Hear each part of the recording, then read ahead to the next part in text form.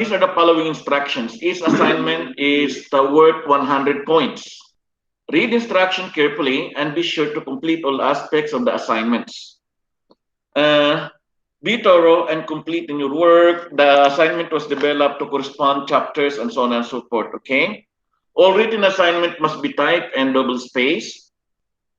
The deadline of submission is on May 2, 2021. You may submit in PDF format or in Word, soft copy.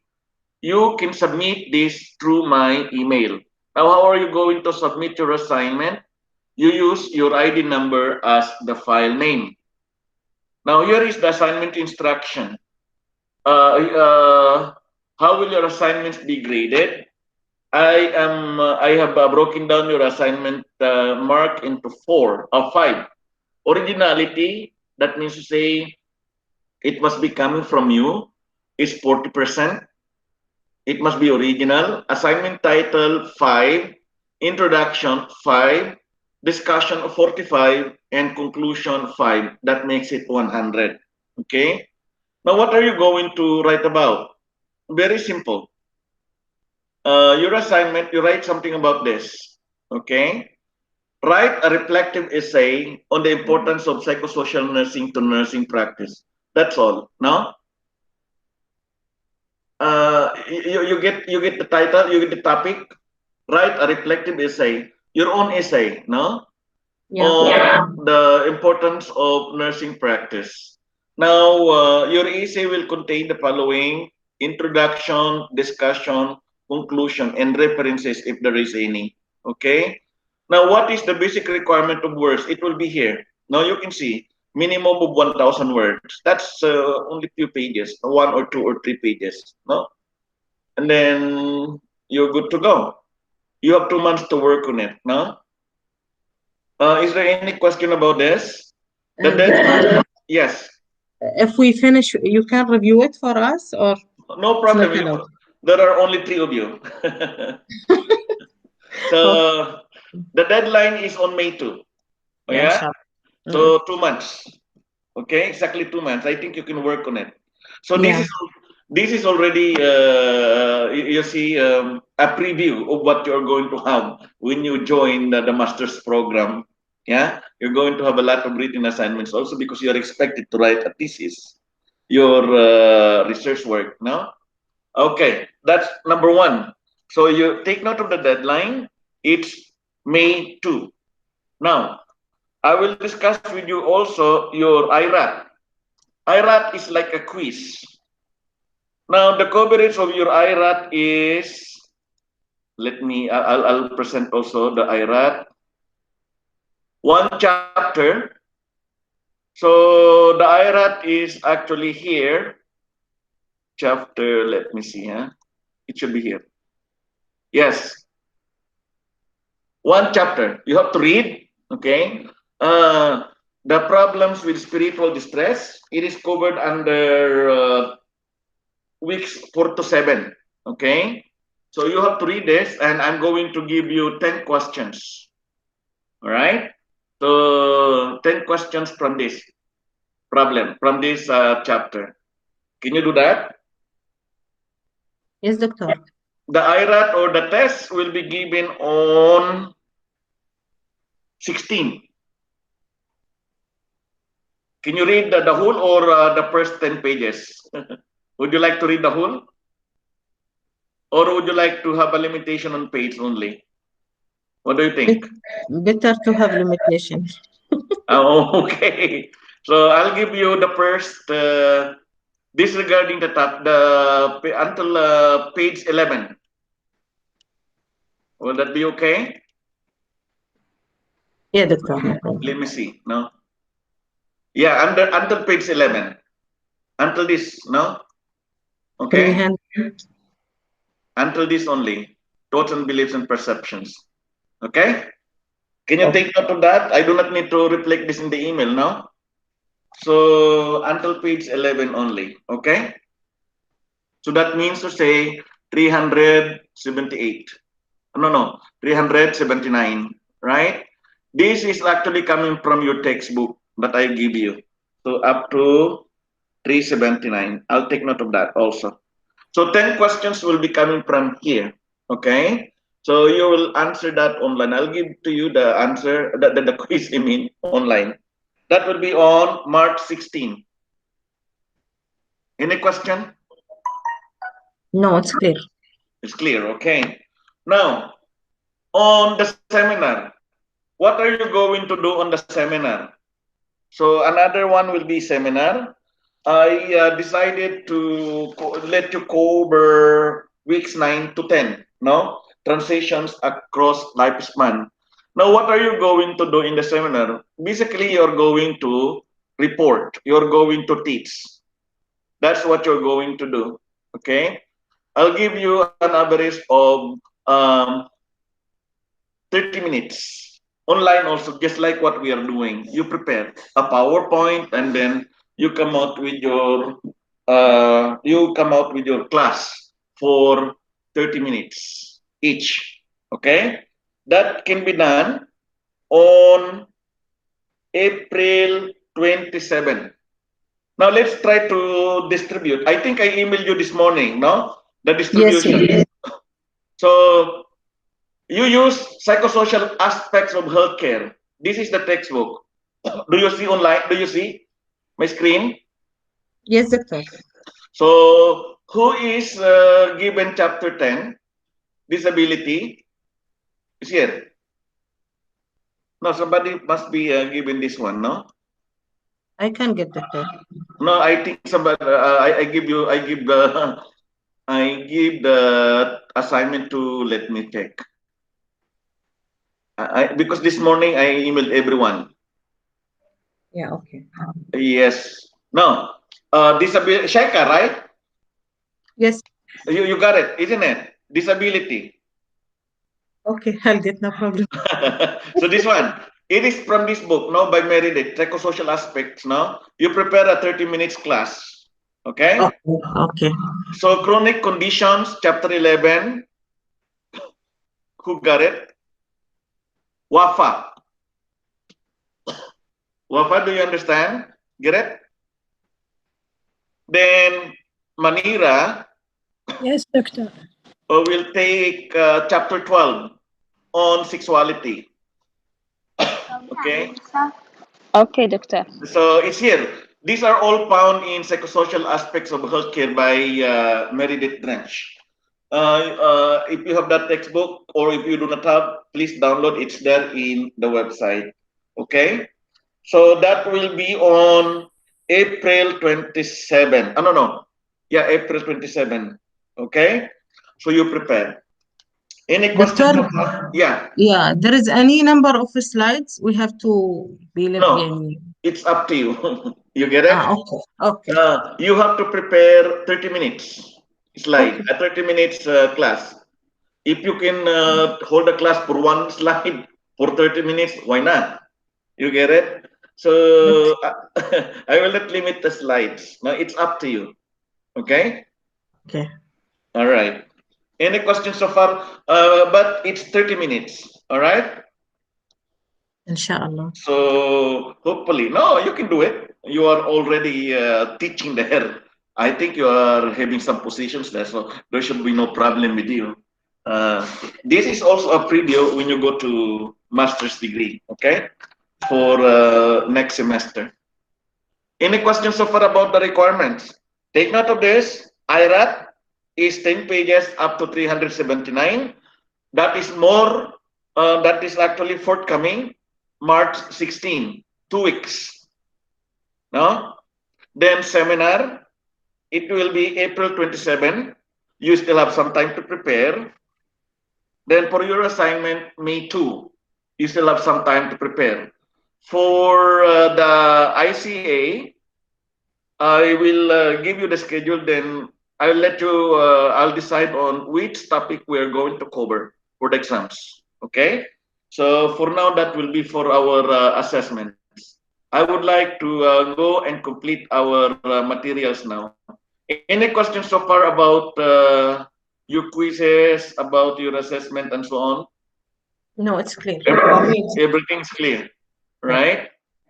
Anyway, if there are questions, please feel free to contact me. My numbers are there with you. So in the email, you can contact me anytime. You can call me anytime as you wish. All right. So shall we proceed now with the fourth topic that we have? Nurse responses to difficult patient behaviors. No? Yes. Yeah. I believe all the time we are having this, we are encountering this. Yeah. Who has not encountered any difficult patient at all in a hospital? I believe if you have not encountered a difficult patient, you are not a nurse, isn't it? Because this is an inherent part in the hospital. Now, our encounter to or with the difficult patient, and of course, it tells us or it requires us to respond properly. This is the thing. Sometimes it tests our patience. So this is exactly what we are going to have today. Just like, for instance, there are so many annoying behaviors. There are so many difficult patients that we encounter. Like, for instance, the patients keep on calling us for no reason at all. The patients keep on ringing the bell for no reason at all. When we go there, nothing. When you are going to ask, what do you need? Nothing. They will not say anything. Uh, the point is, they will just stare at you blankly. No? If you're going to interpret that behavior of the patient, they demand only one thing, that is the presence of a human being. So, in short, they would like to, because they could be bored, they could be anxious, they could be afraid. No, there are so many psychological and emotional experiences that they could actually have, which often would be negative, or they would have been missing their family members. Sometimes they act strangely and they act annoyingly. So, how are we going to deal with that? This is what we are going to discuss today. All right. So let us try to look into the qualities of good patients and the qualities of difficult patients, and how are we going to deal with them. Now, take note, nurses often see patients behaving at their worst. Fear, stress, pain, and other discomforts will all contribute to patients not being at their best. And the nurse is frequently dealing with these responses. Now, take note, as I mentioned to you earlier in our classes, the moment the patient is going to be confined in the hospital, wherever they are, whatever ward they will be assigned to, they, at one point or another, they become very difficult. You know why? Because always they are going to encounter negative emotions. Either they're going to be afraid, either they are experiencing pain in other negative emotions, as I discussed to you earlier. Now, how are we going to deal with that? After all, we are nurses. The first thing that we will do is to understand them, to make a connection with them, to make a therapeutic relationship with them, so that we will be helpful in any way possible. So we are going to look into this. Okay? Manos and Brown in 2006 defined the difficult patient as one whose behavior is an obstacle to the provision of good nursing care. Sometimes, what do you mean obstacle? We will not perform, or we cannot perform good and quality nursing care. Like, for instance, the patient refused to take medications. The patient refused to go to toilet. The patient refused you to do anything for them. This is usually the problem. That's why we are always looking into the different rights of the patient. And one way or another, we have to acknowledge that, we have to respect that. No? To the extent that one way or another, these rights could already hinder or give obstacle to what we can actually give to the patients. Now, these patients often exhibit problem behaviors, such as they're very angry, especially on their initial states of confinement, maybe 1 or 2 days, because they have not been established. No, fear is still lingering. Regression, okay, they may actually retreat in such a way that regression becomes a defense mechanism for them. Why is it that they are in the hospital? The moment that they enter in the hospital, we disconnect them from their loved ones. So by all means, they have to defend the integrity of their person, of who they are.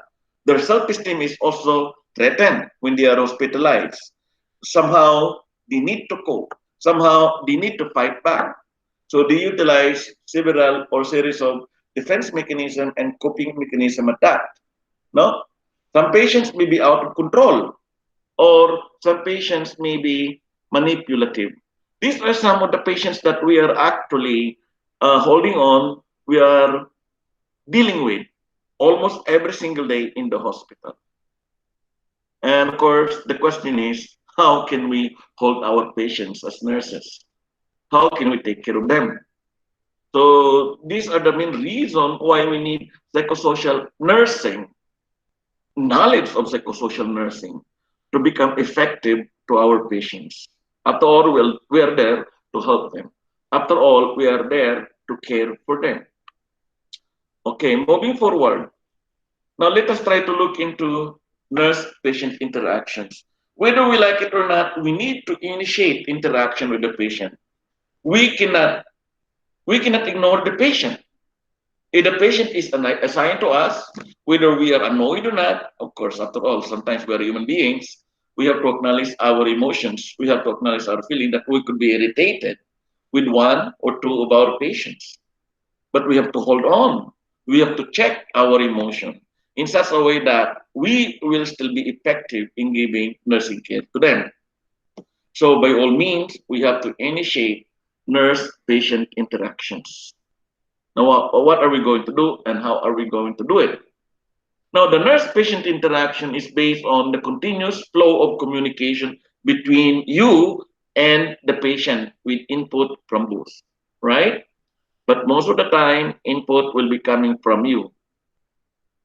The input coming from the patients will only be done when admission will take place because we need to get details.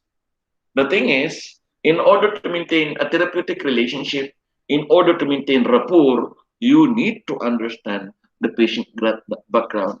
So you need more information, more and more information, especially psychological information that will help them psychologically, psychosocially. So that's the thing. Okay? So we need to assist them by all means. The nurse therapeutic use of self is the basic tool that enhances the interaction. By all means, we have to find a way to use ourselves therapeutically. This is the only accessible tool that we can use. Most of the time, it's free, and at the same time, you can access because it will be you. The only thing is that your emotion will be in check. Your emotion will always be appropriate to whatever you are responding with the emotions of your patient. If the patient is showing negative emotions, don't show negative emotion. After all, as a nurse, we should understand whatever the experience is, particularly negative emotions that the patient may actually have. Now, the communication skills is also necessary. This is an awareness of how you respond on your patient because the way you respond to the patient can influence the patient. And a good knowledge base combined to enhance a positive nurse-patient relationship will always be necessary. Most of the time, we need to know our patient. Well, by all means, we have to call them by the first name. How often do I encounter some nurses who do not know the name of their patients? Sometimes they even pretend that they know, but they do not know. Sometimes they call the patient's name according to their room number, according to bed number, or according to patient number. I think that's the most mortal sin that we can actually do if we're going to take care of your patient. If we are really committed with our profession, if you need to make it sure that you know the name of your patients and you know their background. That's the only way we can establish therapeutic relationship with the patient, with them. Yeah. Difficult patient behaviors can negatively influence the nurse-patient interaction.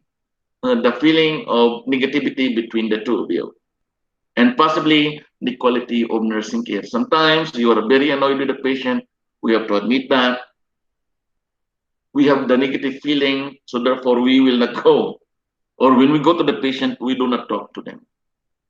That is actually the problem that we need actually establish. We can actually do if we'll not be able to establish a very good nurse-patient interaction. By all means, we have to do it. By all means, we have to understand our patients at that. Now, let us try to look into our role expectations as nurses. You need to clarify your intertwining role expectations as well as with the patient in the sick role and himself or self as the helper can provide a useful perspective. Now, you need to realize this. When you work in the hospital, there are two sides of the coin. Patients will be sick, nurses will be well, so that we will actually help the patient to get well.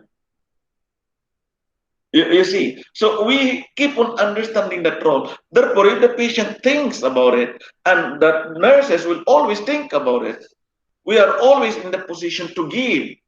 We are always in the position to deliver. We are always in the position to give the best possible care that the patient may actually have so that the patient may get well. You have to realize this. The patient goes to the hospital because they are ill, because they are in need of something, because something is wrong with them. And we have to alleviate whatever negative emotions that they may display. So, in order to alleviate that, we have to understand. After all, as a nurse, we are caregiver, and the part of caregiver is that we need to understand our patients in order to optimize or deliver good quality care to them. We must also keep in mind that we have chosen the roles as helpers. We are there to help, okay? But most patients have not deliberately chosen to become patients.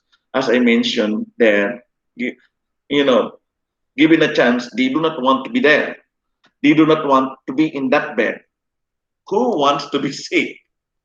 The patient must not, or the patient would always, if given a chance, they do not want to become sick. That's why a lot of people, most of us, would always avoid becoming sick. But in some circumstances, when we are sick, we cannot do anything, especially if that sickness requires hospitalization.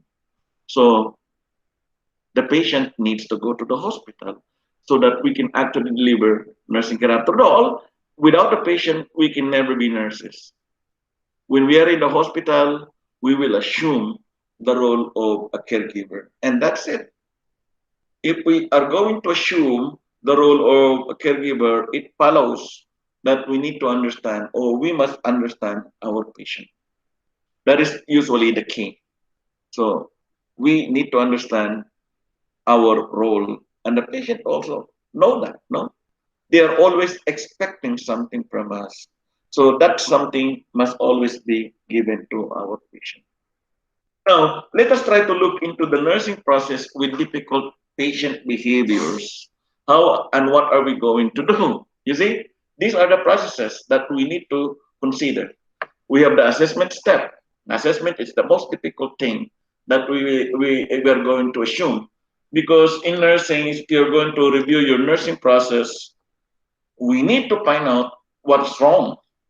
We need to find out the problem before we can actually give our nursing intervention. Assessment, then we can deliver our nursing intervention. In the process of assessment, we need to locate what the problem is. Then after that, we're going to make a nursing diagnosis. After making a nursing diagnosis, we need to come out with with nursing outcome criteria. After diagnosis, we have to come out with the nursing interventions. It's a complex process. You know this from time to time, no? Now, here is the positive cycle. We have to look also in the negative cycle, no? Sometimes when we assess, we need information as much as the patient can actually give. But sometimes the patient may not give it willingly to you. That belongs to negative cycle. But on the positive cycle, it's heavenly because all the things that you know that you want, the patient will give you. Now, the nurse assesses the patient's and his or her own understanding of what is happening, and all the while, the patient is cooperative. The patient gives information in a positive cycle because they do not want to be sick all the time. They would like to be well already. They really would like to get well, no? So that's why they are cooperating with you. The nurse evaluates if he or she is stereotyping or reacting personally, and at the same time, the nurse gets assistance and support. So, in short, the normal cycle is that you assess the patient cooperates, the patient gives information, then the patient find out what the problem is, then later on, the nurse will always give the nursing intervention if there is a need to refer the patient to some professionals in the world, he or she is going to do that. That is on the positive cycle. Now, what about on the negative cycle? Take note of this. The patient becomes difficult in this case. Patient does not explore issues. Patient limits the information that he will give you. Maybe the patient will just give the Emirates ID, so you can always access the information there. That's it. The patient will not talk to you. Or the patient, if the patient will respond at all, the patient only will respond on the surface level of communication. They do not want to establish a deeper level of communication. You ask, they give answer. See, it's just a matter of yes or no. Did you eat? Yes, no. Okay, something like that. So, and they are always avoiding your eye contact. See, the moment that you're going to have an eye contact, that means to say you are trying already, you are trying to initiate a nurse-patient interaction in this case. Or in a negative cycle, the patient reacts personally, as if everything that happens has a personal connection. The nurse complains to staff about the patient. Now, by all means, we shall just be complaining. But once in a while, we complain with our fellow staff, and sometimes we talk about the negative behavior of our students with us, among co-workers, among fellow nurses. No? And when we are going to do that, it will influence also their attitudes with the patient, and that's not good. No? All right. Then we go on intervention. The nurse responds accurately and with empathy to the patient. So, of course, we are willing to give. We're giving quality care to patients who are always cooperating. What about for negative patient? Nurse avoids or rejects patient. We're not supposed to be avoiding, but human as we are, we avoid them because they are so annoying. Nurse is unable to control patient's behavior. It's difficult, especially the aggressive type. So, what can we do in this case? The only thing that we can do, of course, will be to control our emotion so that we'll be helpful with our patient.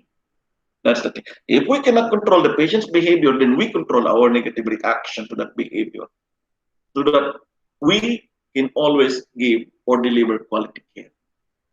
Now, the patient outcome is another thing here.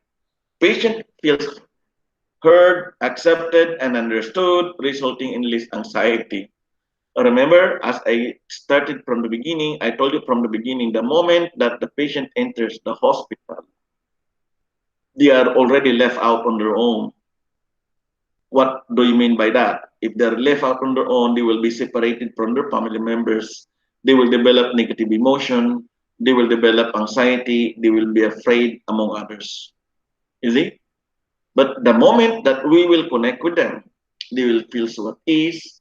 The negative emotions will be lessened. And in fact, they may not be anxious at all because they feel that they are cared for by good nurses and doctors. Now, difficult behavior actually decreases in both ways. The relationship will be very positive. You like each other. That is the case. No? Patient can participate more fully in healthcare. Now, what about if the patient has negative behavior? patient feels alienated with escalation of undesirable behavior. They feel like as if they're left out. No alliance, nobody understood them in the world. They're already separated from the family. They are worrying about the food that and the money and the economic status that we have.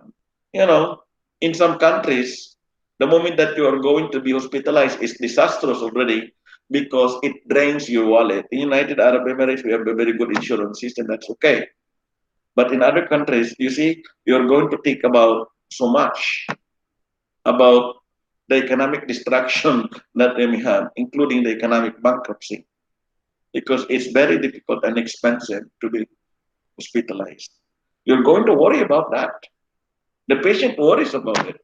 So the more that complicates the situation. No? Now, potential exists for negative health outcome most of the time. The patient may think that they will not get good at all. All right. Now, what are we going to do? How are we going to respond with that? Simply, there are so many things. Now, these are guaranteed reaction and response that nurse may actually do. No, we have to maintain professional distance. As usual, we are professionals. No, by all means, either in any case, either when you are actually working in psychiatric ward or in any ward, we have to make it sure that we maintain professional distance. Even though they are our relatives, we still have to maintain professional distance. We are there as nurses, educated to make it sure that we deliver quality care with them. No? Now, in that case, what are we going to do? We listen to what the patient is really asking. We are going to pay particular attention on the things unsaid. Mhm. You know, people have a need to be heard. No? So we need to hear that.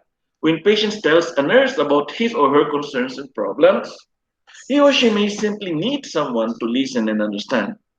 Now, in counseling, it's unburdening. You see, it's called unburdening themselves because they're carrying so much weight already.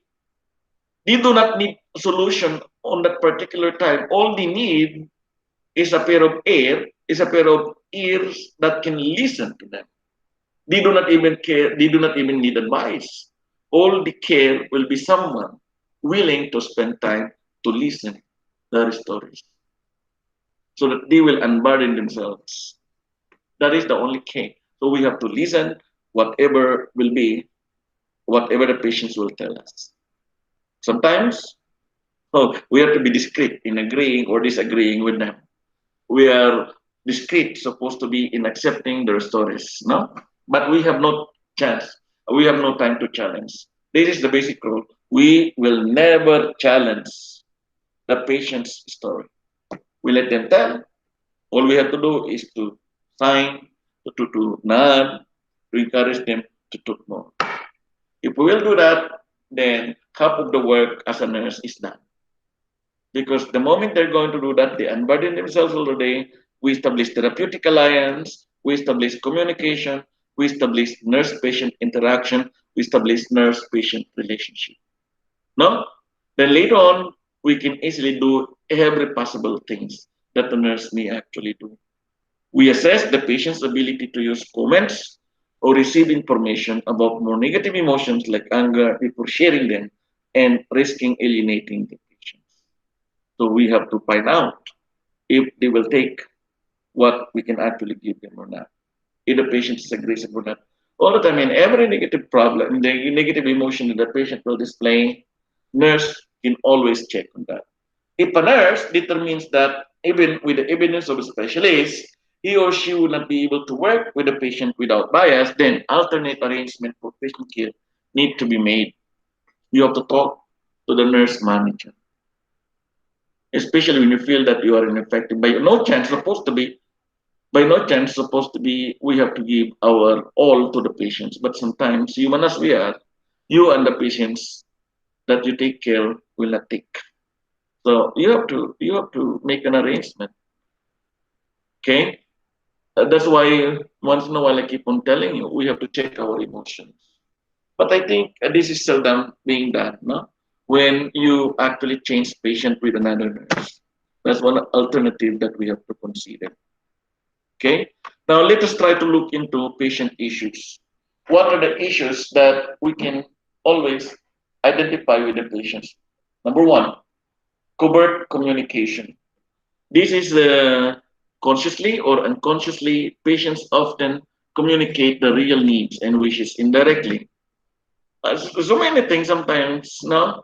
Have you eaten your lunch? Sometimes they will say no, or sometimes they will say yes, no? Although when you're going to check, they have not eaten their lunch. It's not a lie, no? But at least they have something to say to you, no? All right.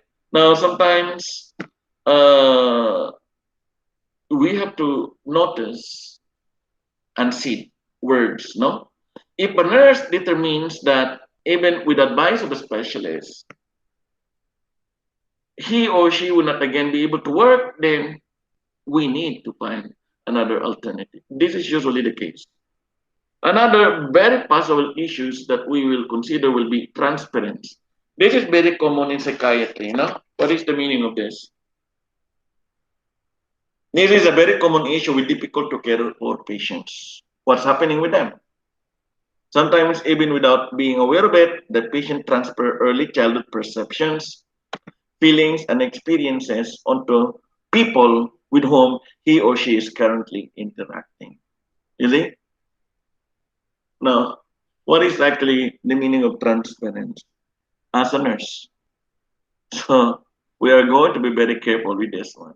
When we see the patient, we think like a patient, we act like a patient, then we may be like the patient. That is the meaning of transparency. No? So we have to check this. So unconscious transmission of the negative emotions that the feeling that the patients may actually have. No? This is the danger of establishing nurse-patient relationship. We need to counteract this most of the time. Another important issue that we have to consider with the patient is identification. By the way, this should be 3 and 4. No, I'll check on that one. Right, identification. This is another issue that we have with the patient, nursing issues. Now, what do we have here?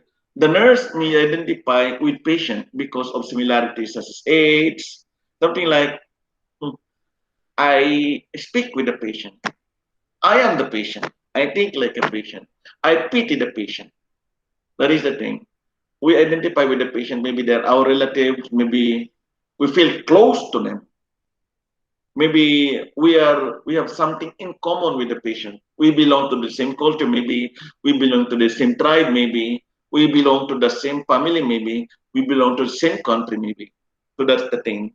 So the nurse may identify with the patient because of similarities such as age, gender, social interest, then superimposes or on complex values and expectations onto the patient. So that's the thing.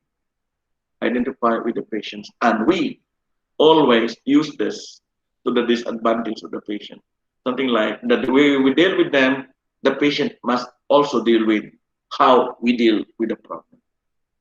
So that's actually what we can actually have in some nursing issues.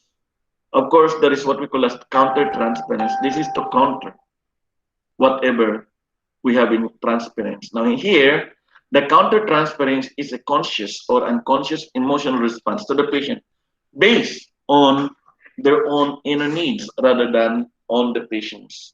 So we need to recognize our own emotions. We need to recognize our own feeling. We need to recognize that the way we act may be different from the way the patient wants us to act. This occurs when the nurse transfers significant positive or negative early childhood figures and conflict onto the patient. So this is the thing. The patient actually is, you know, identifies with us. No? So that's the thing. This may present problems to the nurse if the nurse doesn't recognize what's happening and therefore chooses interventions based on faulty assessment findings. So this will be the problem. Okay? So let's move forward. Number 3. rescue feelings, you know, this is actually pertaining to our belief that you are the only person who can understand the patient, and you are the only person who will save and cure your patient, no other else. This is a very common issue that we have to deal with. Then, of course, losing credibility. Now, stating facts such as 85% of patients have no complications. Now, something like when we are going to give assurances. The thing is, when the patient asks, "Am I okay? Will the operation be okay?" Then it turns out, if after the operation the patient was not okay, and you assure the patient will be okay after operation, then you will lose your credibility. The patient will not believe you at all. So in that case, you lose your credibility, then you will not be able to take care of your patients at that. That will be the usual problem that we actually have, false assurance, no? And we lose our credibility. Yeah? All right. Then labeling. This is another fault that is very common, no? Labeling or referring to the patient by his or her diagnosis. Sometimes bed number, sometimes room number. You see? That diminish the value of a person. That's why I keep on telling you, all my students at that, I keep on telling you that in order to humanize human conditions and the patient, we have to call them by their family name.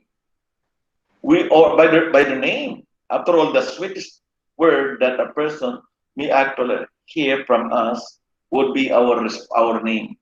We will not call our patients according to their patient number, according to the bed number, or according to the room number, nothing else. Because if we're going to do that, we dehumanize the patient because we actually reduce the patient into statistics only.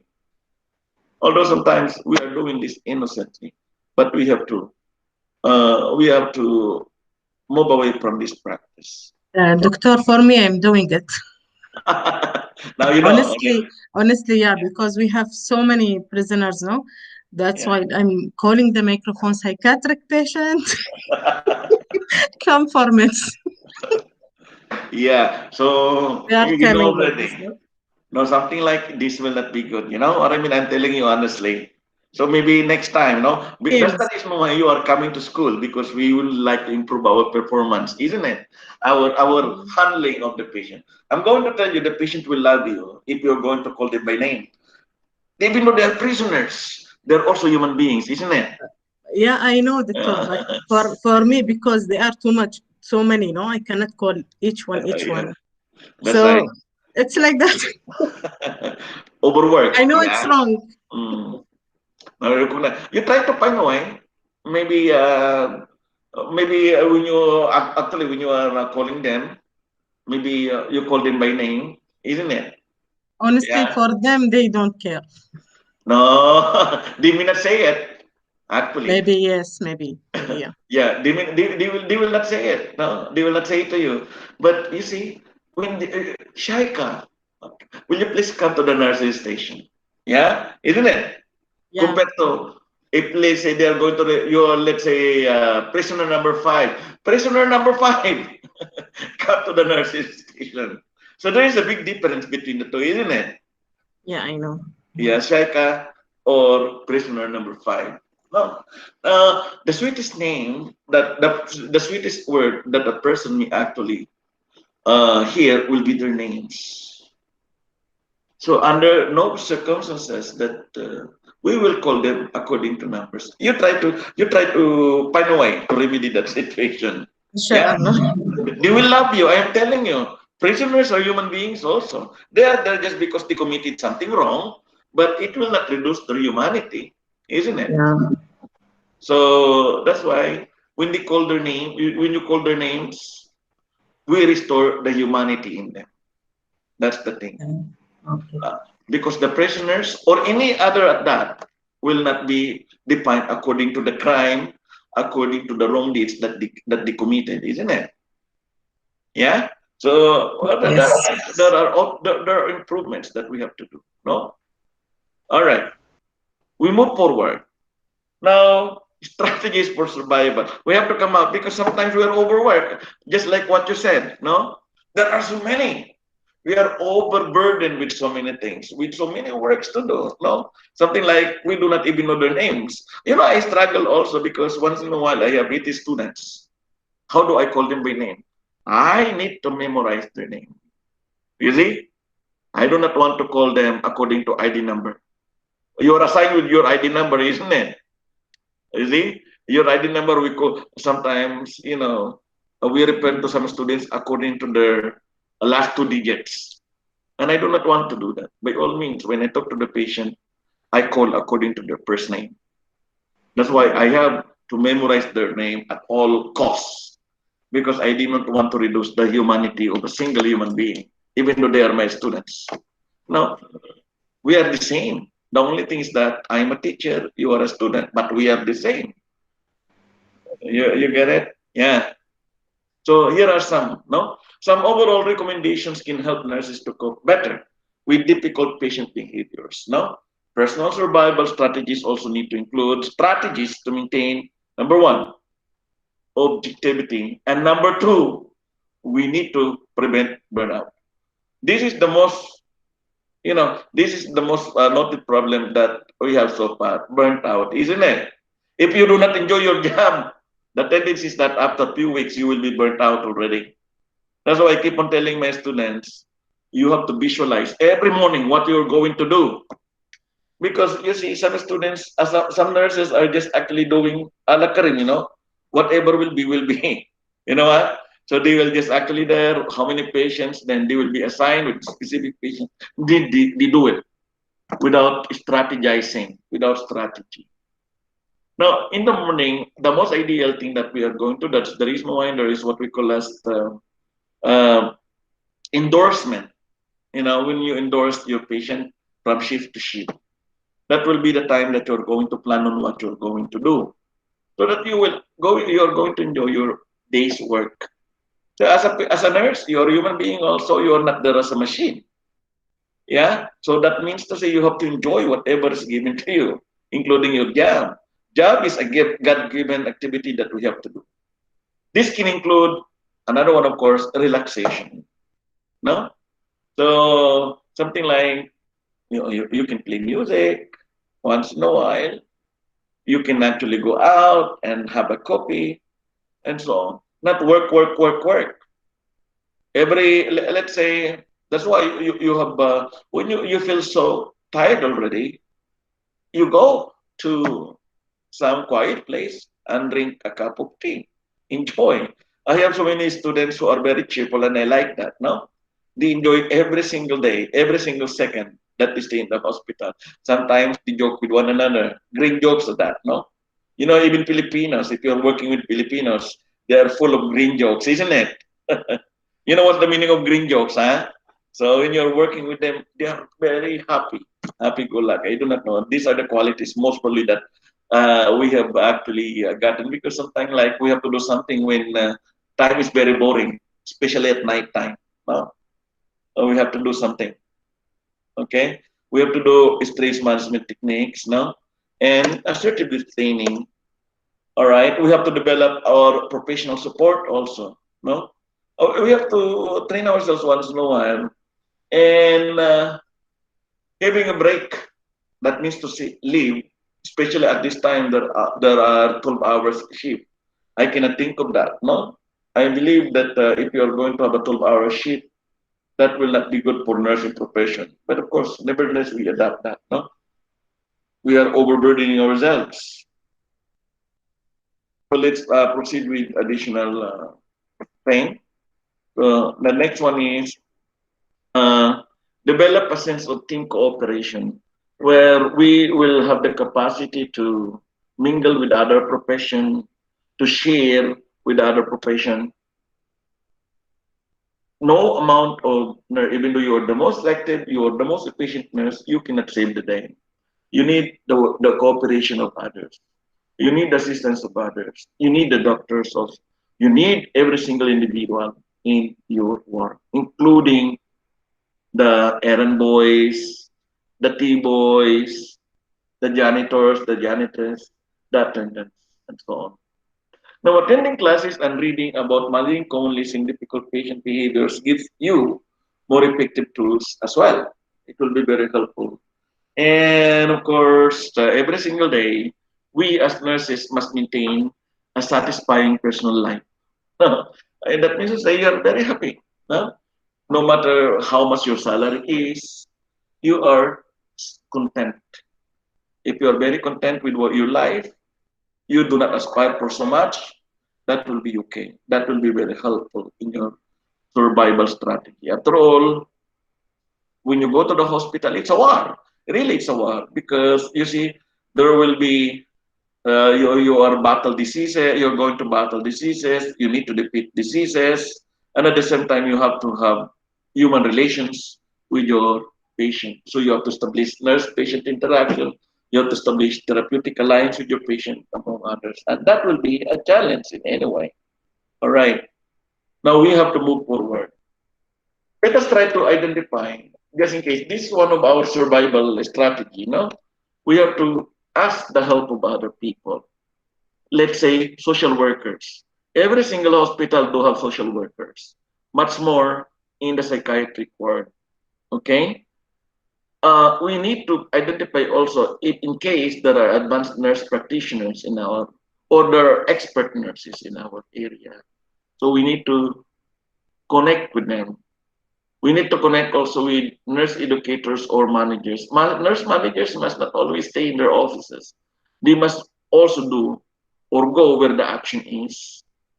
And also psychiatric license staff or any license staff that we may actually have in the ward. We use them a lot because we ask them to go from one office to another. Instead of doing ourselves the legwork, we ask others to do that for us. So that's the thing. That's why in my country there are no chubby nurses. You know why? Because they are the one who are doing the liaison. They will go from one word to another, if in case there will be a need to communicate. No. All right. Psychiatrists or psychologists will be very helpful also in any way possible. Then psychotherapists, and in some instances, chaplains or imam. In Catholic, in my country, if you have a Catholic hospital, we have usually chaplains, equivalent to imam. I do believe also sometimes, no? If in the Muslim country also, there must be some imam. I do not know. Do you have imam here who actually visit the patient? No. In UAE, I have not seen one in the hospital. There must be one to attend the Yeah, there religious. is doctor. There is one. You mean one who is reading Quran and this one for patient? For Or what do patient you mean? who is actually who are actually work in the hospital as such, read the Quran or attend the needs of the Muslim patient. No, Yeah, how do you some. call them? Imam also, or you need you can call them somewhere else, something else. Yeah, Imam or مقرئ يعني he's مطوع ولا مطوع yeah. yeah Yeah, in the مطوع hospital, no? Yeah, yeah because Yeah. especially the dying patients, no? When you see the dying Muslim patients, usually sometimes, there will be some sort of activities that the imam will do. So But it's they very volunteer يعني they will not come like that يعني they will not work at they, hospital. They volunteer. They will come they, volunteer. they Yeah. will come voluntarily, Yeah, yeah, yeah. We advocate for this, something like the dying patients need them, no? Full time, maybe, isn't it? Because Yeah. at all costs, also something like there are prayer days, prayer time also in the hospital. So isn't it? There must be somebody who is actually going to do that. Especially taking. That's why in the spiritual need is very important. I believe that will be your job. That will be your a part of your TBL, IRAT, now spiritual need of the patient. Because most of the time, the moment that you're hospitalized, you may actually be in spiritual distress. That's why imam, mukra, or whatsoever the chaplain in Christians, we may call it that way. No, so it's necessary they are in house anytime they can actually come, especially in case of dying patients. No, so they have to do something about it. Anyway, they'll be very helpful. No, so now let's proceed and continue before we're going to have a break. Uh, the staff responses to difficult to care patients. How are we going to, something like staff also will feel the negative responses that they have, no? Staff responses, what are we going to do? No? The staff may feel inadequate to respond effectively to patient symptoms, no? Especially nurses and other people in the ward, the orderlies, and so on. Something like they keep on complaining. And of course, in that case, we must not be critical, no? To them. We have to be very helpful to them. We have to understand. Staff maybe have to have a feeling of anger. They may feel angry when patients angry. Once in a while, we do not actually side with our staff. Most of the time, we need to maintain objectivity. Fear of the patient who exhibits bizarre, no one, something like we experienced this already, especially in the psychiatric ward, wherein a nurse may not go there because they're afraid, especially those who exhibit bizarre or unpredictable behavior, no, or exhibit other psychiatric symptoms. So one way or another, we can actually do one thing, not to provide staff education on identifying and handling difficult patients. By all means, there are difficult patients that we may encounter in the ward. So that is the job, that is the thing that we learn from psychosocial nursing. See? Because most of the time, if you're a psychiatric nurse, you know already how to handle that. But what if you are not a psychiatric nurse? Because there are nurses who are working in other hospitals.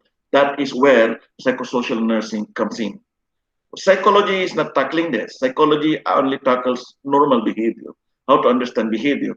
But here in psychosocial nursing, we have to understand how to take care of us, how to take care of our staff who are also caring for difficult patients. All right. Now, identifying with patients who are the same age, this is also identification. This is the thing. And of course, we use empathy rather than sympathy. No? Some staff may be frustrated because there is not enough time or energy to work with a patient. So we need to help them, or we need to share workload. So nurse managers are on the lookout, supposed to be.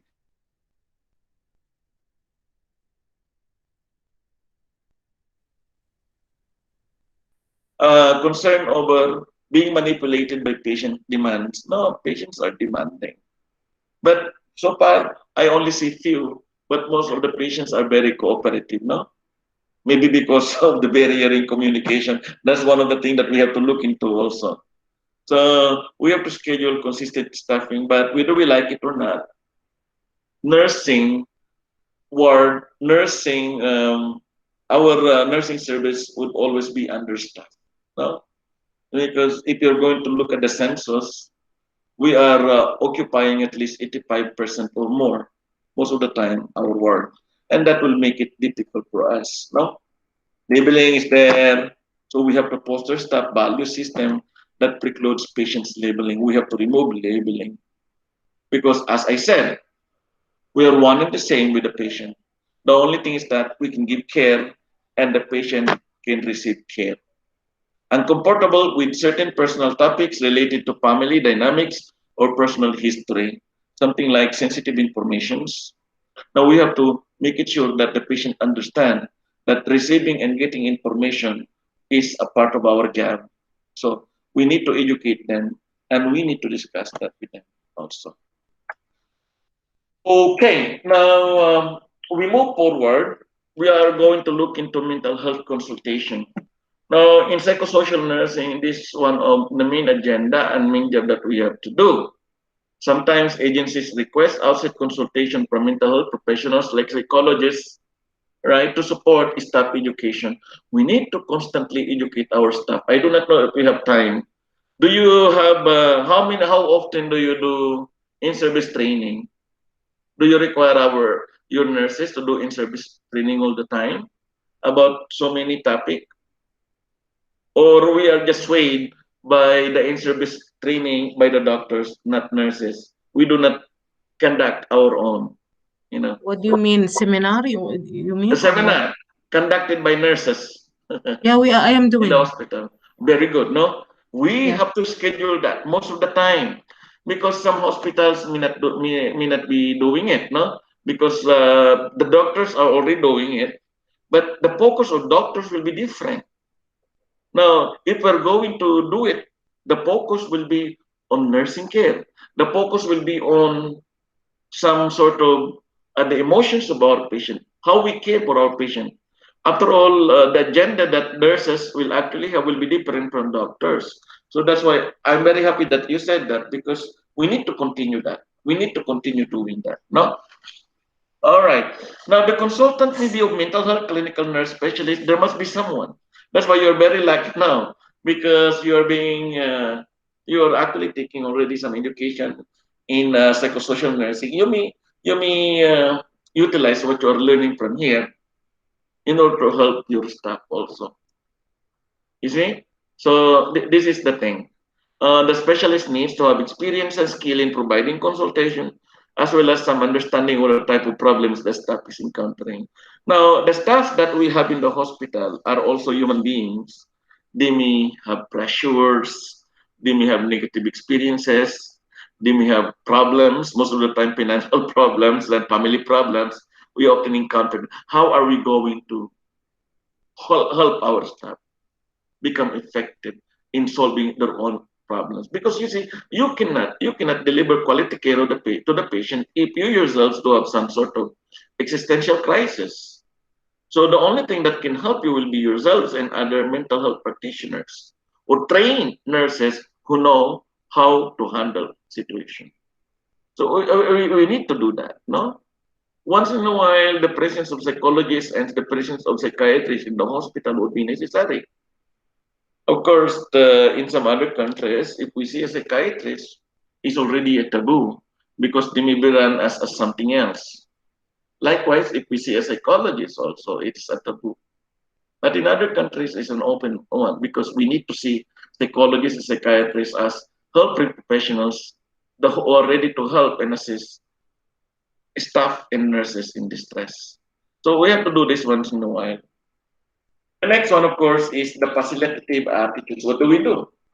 Feeling comfortable in identifying the problem areas and learning needs that we have. As nurses, we're very open to whatever we can actually learn from the experiences that we have with difficult patients. Difficult patients are difficult patients. Sometimes it's very impossible to work with them, but they are patients. By all means, we have to deliver quality care to them. Recognizing that requesting assistance for areas outside our personal knowledge will be there is a part of our professional development. We cannot do everything. We cannot do all. We're only comfortable in doing the things that we're trained for. So we cannot assume everything. We cannot become a do-it-all person. Something like, in our once in a while we encounter stuff like this. A do-it-all, a know-it-all stuff, as if they know everything. That's not good, no? Approaching the consultant as a resource and role model will be good also, especially in terms of mental health, no? And anticipating the opportunity to gain insight. Now, when we are going to work in a hospital, we always take that opportunity as if we are going to learn something. We'll learn something from that, no? We'll take that opportunity to gain something. Every single day, that must always be our attitude wherever we go. Every single day that we go to the hospital, we take that as a learning opportunity, as a challenge for us to work on. So that's the thing. Okay? So now, there are attitudes that hinder our rendering of effective nursing service and quality care to our patients. Number one, staff may be afraid of exposure to inadequacies or embarrassment about not having all the answers. And this is usually happening to new staff. No, supposed to be it is expected. We are expecting them that they know everything. As a nurse, for I graduated in 1993 for 28 years. This is actually this is difficult because I may not know all about nursing. You see, I've been a nurse for a while, but I have to accept the fact that I may not know everything about nursing. See, so when you're going to hire a nurse, don't expect them to know everything also. And next one is underestimating the special skill or knowledge needed to work with patients' problem. We are nurses. Therefore, we are capable of helping our patients because we are trained. If you're going to look at our curriculum, we have rotation in psychiatry, we have psychology in our undergraduate courses. So by all means, at least we know how to take care of these patients. So do not underestimate your capacity and capability. No, viewing patients difficult to manage behaviors was deliberate or willful. No, the patient, if we have to take note of this, no, the patient given a chance do not want to become patient, but they have no, they have no choice. They have to be there. They have to be treated by us. Now, calling the consultant too late and then challenging him or her to fix everything. So this is usually some of the problems that we encounter. No, if we cannot handle any more the situation, we have to ask someone to fix it for us. We challenge them, and that's not very good. That's unprofessional conduct also, and that will not be good. As I told you from the beginning, if we think that we need the help of others, we need already to ask their assistance from the beginning of our delivering of nursing care. That's collaboration. We need to collaborate with them. After all, they are colleagues. And another problem that we may have is that we harbor a prejudice against a fear of psychiatry, especially violent patients. All right. And not maintaining confidentiality of group process. No? Something like when we do group therapy, when we do group activity, when we do family therapy or family activity, we share what we discovered in that practice with or among our colleagues. That's not good. All right. Now, these are some of our key issues in response to illness. Anyway, I think we have to look into this. No, lifestyle information. We have to determine how the patient lives as well as the patient significant relationship. We have to know that. We have to know the background of the patient. And we have to know the lifestyle of the patient also. That's one way of knowing. We have to look into the available support people and marital status, occupation, religion, among others. And lastly, we have to look into the normal coping patterns of our patients. Now, we have to identify which coping mechanisms they use so that we can actually be very helpful to them. Okay? So is there any question so far? No, it's clear, doctor. You know what? I intend to start 1.5, but it looks like you're very tired already. Are you tired? Shall we start with 1.5, chapter 5? Or you need a break? Then you come back after 4 o'clock or 4 o'clock. Can you do that? You would like Yes. you would like to have a tea Yes, first? it's okay. Yes, it's okay, doctor. Okay. We will come back. You have a tea, then we come back at 4 o'clock, okay? Okay.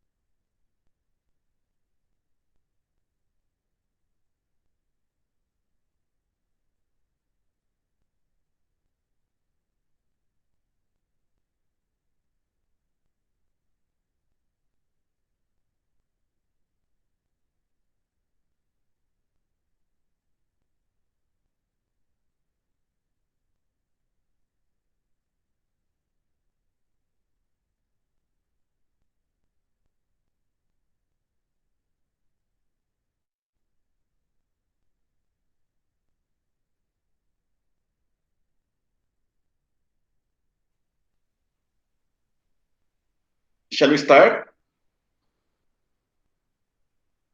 I think we'll have 20 more minutes, then let's see.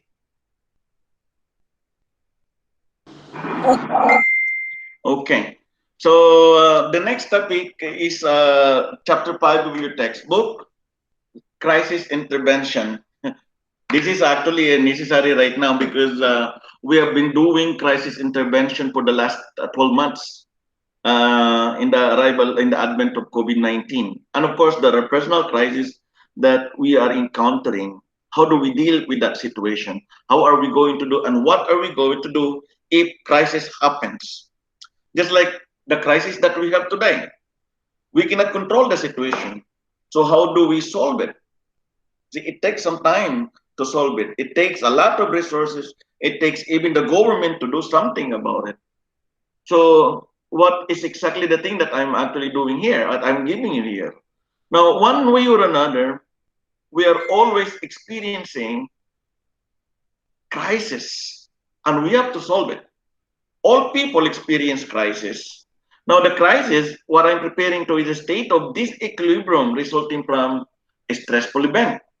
You know, the meaning of equilibrium, it affects our homeostasis, it affects the balance of life.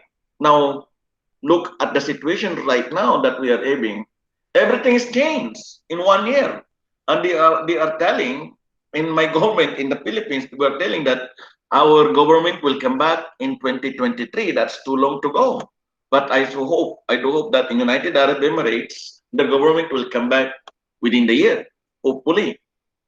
So at least we are doing something. The thing is, everything is affected. Everything is disrupted. So that's the thing. Just because of the new stressful event or perceived threat that happens to us, okay? That requires us to actually solve it. That's why we call it nursing in crisis intervention. Now, in the hospital, nurses see patients and families in a crisis state as part of their daily routine. If you're going to look at the condition of the patient, as I keep on telling you, the moment that the patient enters the hospital, the whole family members will be affected. It will become disastrous, especially the patient who will be admitted is a breadwinner, the one that brings money to the family. So the patient will be separated. If we're going to look into that, if the patient is the head of the family, the patient is admitted, then the family is running without the head of the family. So what happens is that the family will be in the state of crisis also, because the balance is totally affected. We have to recognize that. Individually, as nurses, we also are encountering individual crises in our lives. That's why we have to look into the different types of crisis that we know. No? Maturational crisis is one. Situational crisis second. Third is adventitious. And we have to look at the difference between the three. Now, in terms of maturational crisis, this is a crisis in response to facing a new developmental phase. This is actually the thing that cannot be stopped. It must go on.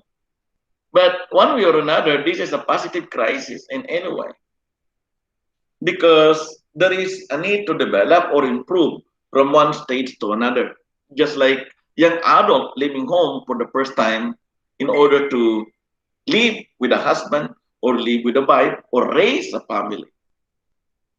Or young adult will actually leave to work abroad or in another country.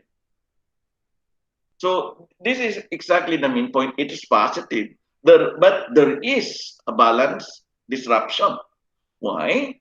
Because you are moving away from the protection of your family. It becomes a crisis. But of course, eventually you're going to solve it. No? Then the next one is situational crisis. This is unanticipated external event triggers a strong response. Just like in the case of the death in the family, that we have seen a lot, especially in the state of COVID-19, when the patients when we have so many patients in the hospital who are dying. Now, if there is a death of a loved one, definitely it becomes a situational crisis because we do not know what to do anymore after the death or under the death of one of the family members. You are going to affect the balance. Loss of a job is another example.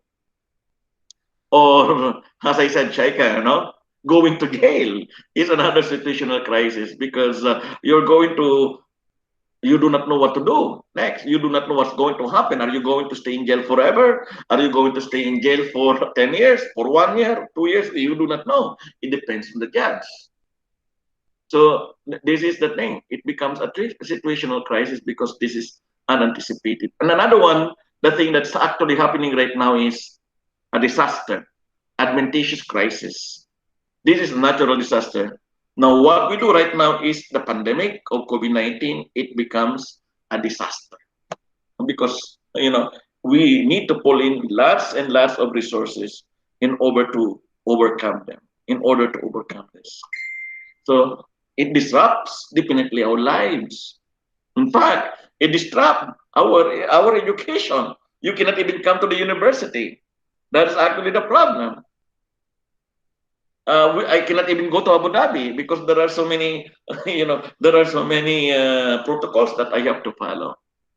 You see, I cannot even travel to another country because of the protocols also, and because of fear that I may contract the disease.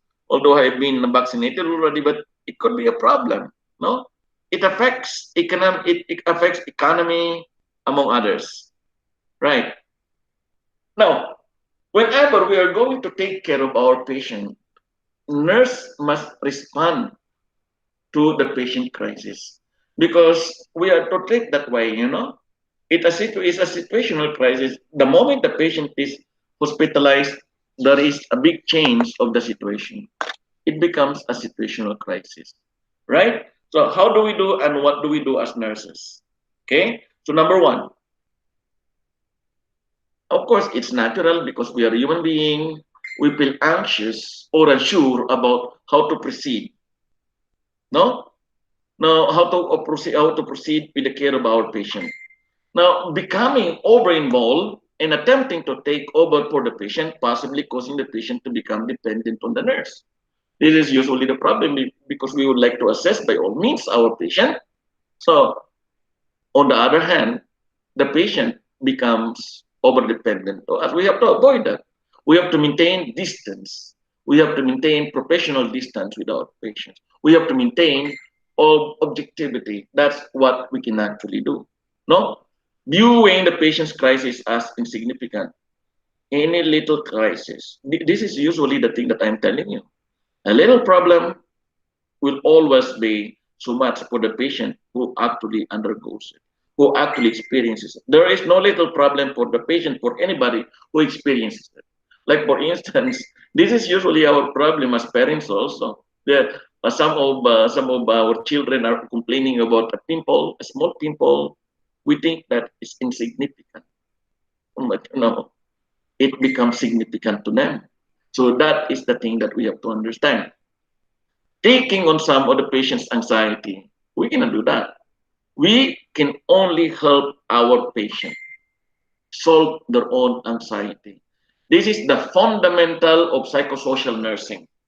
We cannot take away any problem. We cannot take away their fear. We cannot take away their anxiety. The only thing that we can actually do is to help our patient take away their own anxiety, take away their own lives. I don't I mean to say control their own lives, take away the fears that they may experience. And lastly, setting unrealistic expectations or goal that in 1 or 2 days the patient will be well. Now, one way to consider is that how soon can we get the trust of our patient before we can establish therapeutic alliance? So we have to find out. Okay. Now, um, assessment. How do I assess our patient? Giving the so-called crisis. No. Now, Aguilera in 1998 identified 3 factors to determine the development of a crisis. And what are these? Number one, perception of the event, how the patient perceives the event. Let's say the hospitalization, no? If the patient is just it's just his first time to be hospitalized, maybe it is disastrous. But if the patient has experience already about his hospitalization, then it's okay. No? Now, the successful resolution is more likely if the stressor is seen in realistic rather than in a distorted way. We need to look in a positive and in realistic way all the things that the patient encounter. Another one, we are going to look into situational support. No, like the support that the patient can actually access anytime. Lack of available resources or personal support systems, in addition to the specific situation, could be the factor that changes the situation into a crisis. So most of the time, like individually, we have to look into defense mechanism, we have to look into coping mechanisms, we have to look into significant others who will help the patient. That's one thing, no? Once that we have to evaluate the two, we will proceed with the three. The third one, adequate coping mechanisms, as I mentioned to you. I have given you the difference between defense mechanism and coping mechanism. Coping mechanism is a positive and conscious aware. Aware, the patient is conscious, the patient is aware of what he is going to do in order to solve the current problems that he encounters, the current crisis that he encounters. Having proven mechanism to deal with anxiety can prevent the situation from escalating into a crisis.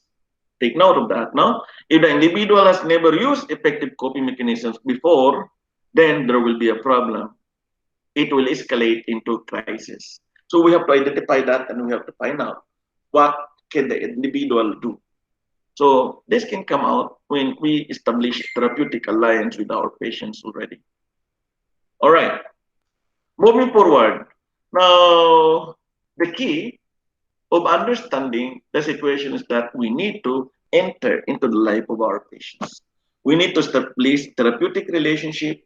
We need to establish therapeutic alliance. We need to establish our nurse-patient interaction. The only thing that we can actually do is to establish our trust also. That's the first thing that we have to do. Now, this is how we can actually conduct or get in with the lives of our patients. We need to conduct an interview. So when we conduct an interview, we need to identify the precipitating event and determine the meaning of this event with your patient. What has happened in the past few days or hours before admission? If the patient describes an ongoing problem, the current problem that he is encountering, what is different about the problem today and from yesterday, and be specific, of course. No, we should know what does the event mean to the patient.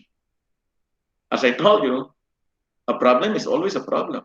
It can cause crisis to a patient if that is not resolved. It can escalate into crisis, even though how small the problem is. A fire, a conflagration is there just because of a small fire, just like what we have in the patient. Small problem may escalate into crisis. What is the patient most worried about in relation to the event? So we are going to look into the relationship between the event and the perception of the patient about that event. Right? Of course, we need to establish alliance with the patient so that we can always identify this. What are some of the consequences of the event to the patient? And does the patient see this event as influencing his or her future? All right. So moving forward, number two, evaluate the patient support system. This is also very crucial, especially when the patient comes. Who brought the patient? Sometimes you can always establish the relationship, the good relationship of patient, the good support of the patient if you are going to recall or recognize what or who are those who brought the patient to the hospital. No? Of course, with our interview, initial interview, and with our conduct of nurse-patient relationship, we have to find out with whom the patient have a very close relationship. To whom does the patient talk when or he has a problem? And of course, are these people available now? We have to look at that, no? Have these resources helped in the past? We have to recognize that also, no? What does the patient trust? Or are any other resources available in the patient's life, such as imam, priest, or clergy or psychologist or counselor. We have to look at that. We have to find out the patient support system. Now, in psychiatry, this is the most fundamental thing that we have to find out. We have to do the support system because these are easily accessible on the part of the patient. These are the people who are going to help them if in case the patient is discharged. All right, moving forward. Now, let's proceed now with interventions. Crisis intervention in short-term problem-oriented support that ideally allows the individual to advance to a higher level of functioning as he or she develops new insights, strengths, and coping mechanisms. Now, we can always do things with the patient. The crisis is always considered as unresolved because it's crisis is a crisis. That means to say it's unresolved problems. If the person functions at a lower level after the crisis, their functionality is always affected. No, you cannot anymore drink, you cannot anymore sleep, you cannot anymore do whatever you do, like by abusing substances, no, communicating ineffectively with family or loved ones, or exhibiting signs of depressions, or in some cases, psychosis. In short, our functionality is deeply affected. Now, you will be sure that there is crisis in that case. Another one, in case that we have this, these are the things that we can actually do. Make it sure that you are going to make an accurate assessment to the precipitating event. What made the event worse? Identifying the event. Then provide only small amounts of information at a time and be prepared to repeat the information several times as the need arises. Then communicate in a supportive, non-judgmental way with your patient. We need to have a communication with the patient. You know, the way we communicate, the way we transfer information, the way we tell what the patient may actually is experiencing right now. So let the patient absorb that also and take that positively. Help the patient also to confront the reality of the event. Remember, it's not you who suffers. It's not you who encounters the crisis. It's the patient. So let the patient confront it. There is no other way. There is no other way except the patient needs or will be allowed to confront the situation or event. Now, help the patient also to focus on now, the current problem at the time, rather than what could be and what was. The present will always be a point to consider.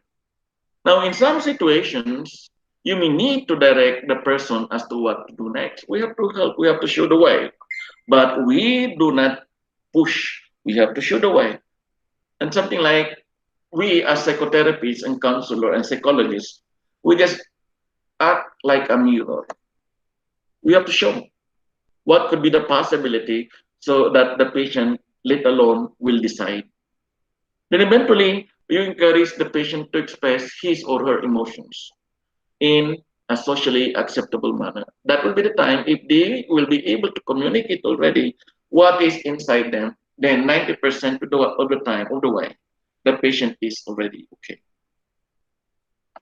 Moving forward, we have to assist the patient in solving their problems by acting like a mirror and encourage the people around the patient, especially the support system, to become involved. No matter what the problem is, no matter how small it is, still that brings the crisis to the patient. So we need to involve the family members. Reinforce the patient's self-esteem. This is the first thing that you have to work into. Make it sure that the patient uses adequate self-defense mechanism and coping mechanism, right? And reinforce effective coping mechanism as such, identify other resources that the agency may actually provide, and eventually you have to assess the need for medication. This will be the last, the need for medication to reduce anxiety. So in the end, we are there to help our patient resolve. It will not be us to resolve the patient's problem, the crisis of the patient. It will be the patient themselves. The only thing that we can actually do is to help them. Okay? So as nurses, you have to acknowledge the fact that the situation of the patient is changed. For you, they are in prison, the situation of the patient is changed. If they're in the hospital, the situation of your patient is changed. They could either accept it or that little change of the situation that they are into could escalate into crisis, and you have to do something about it if that escalates. That's why you notice some of the patients may actually be a little bit rude because they are trying to resolve the crisis that they may actually have. They're trying to project that they are in control. That's why. So somehow, sometimes they fail. So they need us. And we have to offer what we can offer in order to help our patients. Okay? So is there any question? No, it's clear, Doctor. Okay. So we're good now. Now, you can already download these materials in the website. All right. I have already posted from the link that I give you. These materials, including the next topic that will be discussed, is also there. So 1.6 that will be discussed on a day after tomorrow. Okay. I hope that you will read something about it. Okay. Okay, thank you, Doctor. All right. Okay, doctor. Thank you. We're good to go. Thank you so much, and Thank you, have doctor. a good day. Have a good day. Bye bye.